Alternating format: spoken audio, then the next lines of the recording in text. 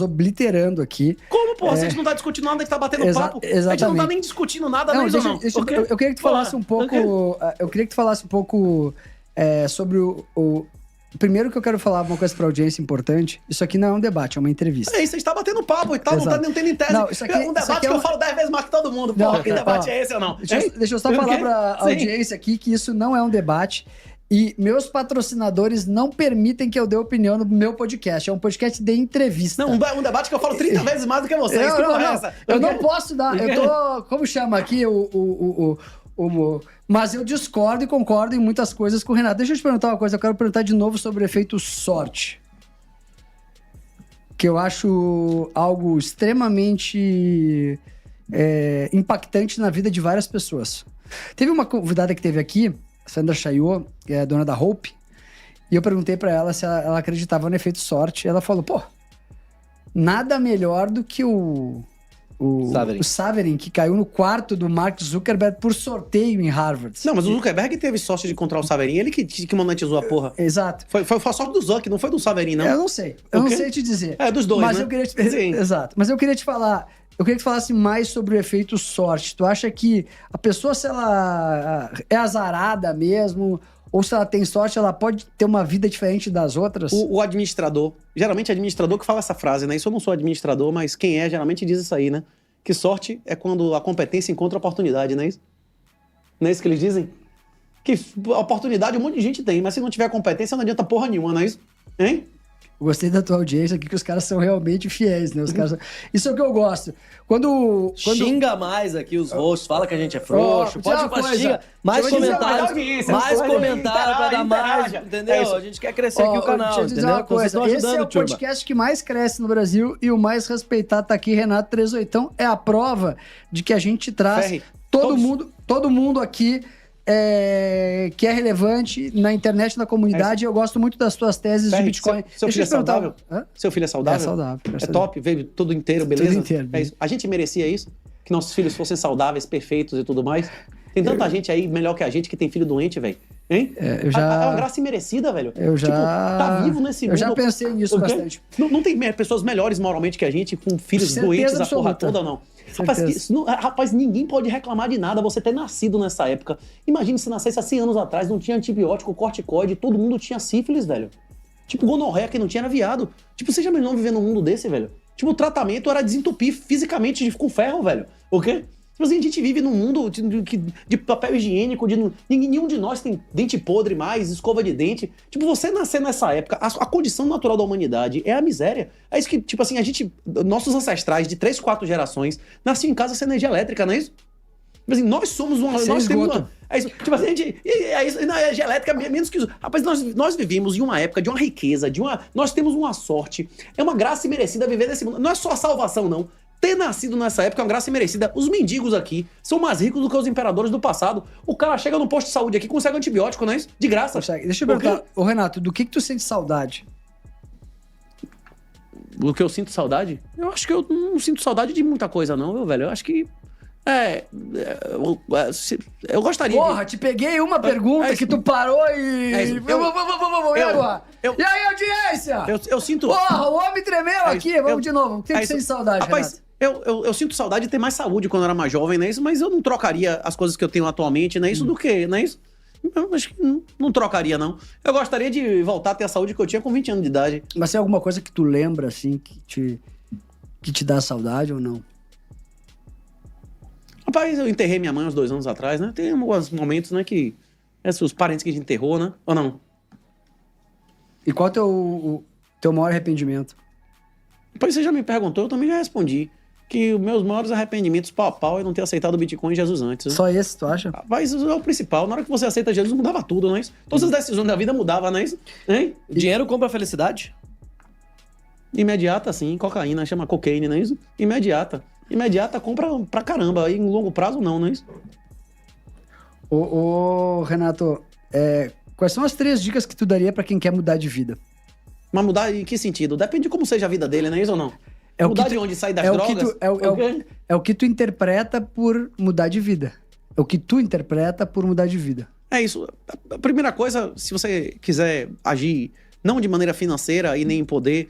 Se você quiser agir de maneira moral, a segunda imperativa moral é reconhecer Jesus como Senhor e Salvador. Na hora que você reconhece Jesus como Senhor e Salvador, você renuncia a toda dor, a toda ansiedade, a todo sofrimento. Você começa a cultivar uma coisa dentro de você que é gratidão. Que é saber que nós todos, utilizando a expressão que você usou, temos muita sorte de estarmos vivos aqui e ter um pai querido que oferece um bem e uma salvação totalmente imerecida, uma graça imerecida de um valor inimaginável. Se você aceitar isso, bicho, você renuncia a toda a ansiedade, toda a dor, todo o nervoso, não é isso? É isso. A primeira conselho seria esse.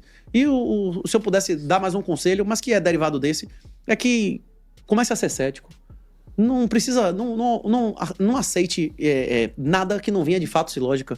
A autoridade, o argumento de autoridade, você achar que um governante, que um político, que um cara que tem título falou alguma coisa e não você reconhecer aquela coisa pelos seus próprios fundamentos, por fatos e lógica, essa é a principal sofisma e a principal fonte de mentira em nossa sociedade hoje.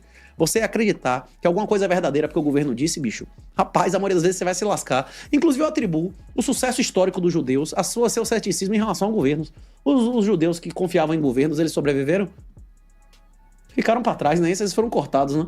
Eu acredito em grande parte que o sucesso dos judeus na história da humanidade foi o ceticismo dele em relação aos governos, né? Tá um judeu aqui assistindo.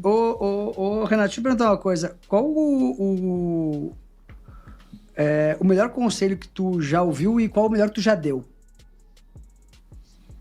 Não, rapaz, é muito difícil, velho. Um conselho que eu dei, que se popularizou muito na internet, é não coma ninguém que você não quer engravidar. Você já ouviu essa? Rapaz, geralmente é o maior erro da vida do cara, né? Hein? É isso. Esse popularizou bastante, não é isso? Mas outro popularizou bastante é compre Bitcoin, viu? Mas é autocustódia. Em autocustódia. A maioria vai pro inferno. A maioria a maioria da população não é de pessoas que assistem Café com Ferry, não são investidores. A maioria da população, eles são gastadores líquidos, devedores líquidos. Jesus, quando foi questionado, disse que a maioria 80 milhões de pessoas no Serasa. É isso. Não, Jesus disse que a maioria ia pro inferno. A maioria vai pro inferno, inclusive Jesus disse claramente, a casa do meu pai é como o casamento do filho do rei. E vai ter gente ainda que vai chegar no dia sem a roupa adequada. Esses são os caras que compram Bitcoin em corretora e não fazem autocustódia, que vão ser jogados pra ranger de dente e lágrimas de sangue, não é isso? Renato, qual tu acha que são as urgências do Brasil hoje? O que tu faria se tu fosse um governante? Que tu diz que é muito fácil. É só chegar lá que não, é só não dar a bunda ao pirata, é só isso. É só não dar a bunda ao pirata. É só não dar a bunda ao pirata que tu resolve tudo aqui. Melhor do que o que ele fez, ok? Como se não existissem pessoas e forças decisões ocultas, não é isso? Exato. Forçando ele a indicar o comissionário do Toffoli pro STF. Eu não tô falando do Bolsonaro, tô falando de outras coisas, fazendo um contraponto aqui. As coisas não são tão fáceis assim. Eu conheço muitos políticos e eu sei que as coisas são muito difíceis. Por exemplo, as instituições hoje no Brasil, elas são muito difíceis de tu, por exemplo, quando tu dá um benefício para alguém, é impossível tu tirar, tu nunca mais tira, né? Então, eu tenho uma proposta para as pessoas voluntariamente renunciarem a todos os seus direitos sociais. Quem tiver interesse, bote aí no Substack. Eu tenho uma proposta há mais de 10 anos, inclusive fiz conta na época de Dilma com o Felipe Hermes da Block Trends. Pode botar lá. Eu tenho uma proposta que, inclusive, que se fosse votada em referendo, eu acho que a maioria das pessoas no Brasil aceitariam. Renda mínima universal de um salário para o cara renunciar a direitos políticos e sociais. Eu acho que isso transformaria o Brasil em uma república em 2 anos. Quem tiver alguma dúvida, olhe no Substack aí. Eu acho que isso, se tivesse um referendo, a maioria da população ia preferir um salário mínimo por mês ou direito a essa merda dessa saúde fodida e essa educação fodida. Ele ia preferir o quê? Dinheiro na mão ou serviço público? Mas ele abre mão o quê? Ele abre direitos mão? políticos e sociais. Isso. Não votar, não poder ser votado e não vai comprar seu plano de saúde e procurar sua educação privada. Você acha que a maioria das pessoas ia querer... Você ia querer um salário mínimo por mês ou direito ao SUS? Ia votar? O que você prefere? Eu prefiro o direito dinheiro, a votar. Né? Dinheiro, talvez um cara magnata desse, porque pra ele o dinheiro, um salário mínimo não é nada, né? Se ele quisesse votar. Mas eu acho que a ampla maioria da população, especialmente as pessoas mais pobres, ia preferir o dinheiro, não é isso? Pra quem que tu pediria um autógrafo? Não pode ser Deus.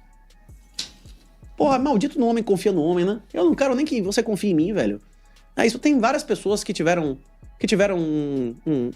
um papel muito determinante na minha vida. Inclusive, teve um cara, quando eu vim em São Paulo, eu pedi autógrafo dele no Red Pill, chamado Mika, que foi um cara que comprou muito antes de mim. Tem um post dele dizendo que Bitcoin é R$9, era um absurdo, não é isso? isso é um roubo, né? Caras que evangelizaram os caras que levaram o Bitcoin até eu, né? Tipo, os caras da primeira geração, que acreditaram muito antes de mim.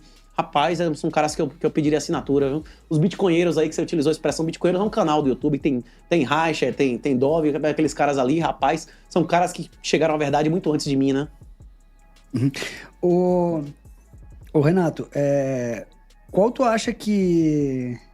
Deixa eu te perguntar aqui, tem uma pergunta aqui que é maravilhosa. E mais importante, não é só chegar no Bitcoin há 15 anos atrás, é chegar no Bitcoin há 15 anos atrás, ver todos os golpes, todas as pirâmides, ter reputação pra ter dado golpe, pra ter roubado as pessoas e nunca ter roubado ninguém. Esses caras que estão no Bitcoin desde o início e nunca roubaram ninguém, nunca se envolveram com nenhum golpe, são caras que, tipo assim, poderiam ter multiplicado absolutamente a riqueza deles. Esses caras todos, eu peço, todos os caras da primeira geração que não se envolveram com pirâmide, esses caras eu pedi assinatura, viu?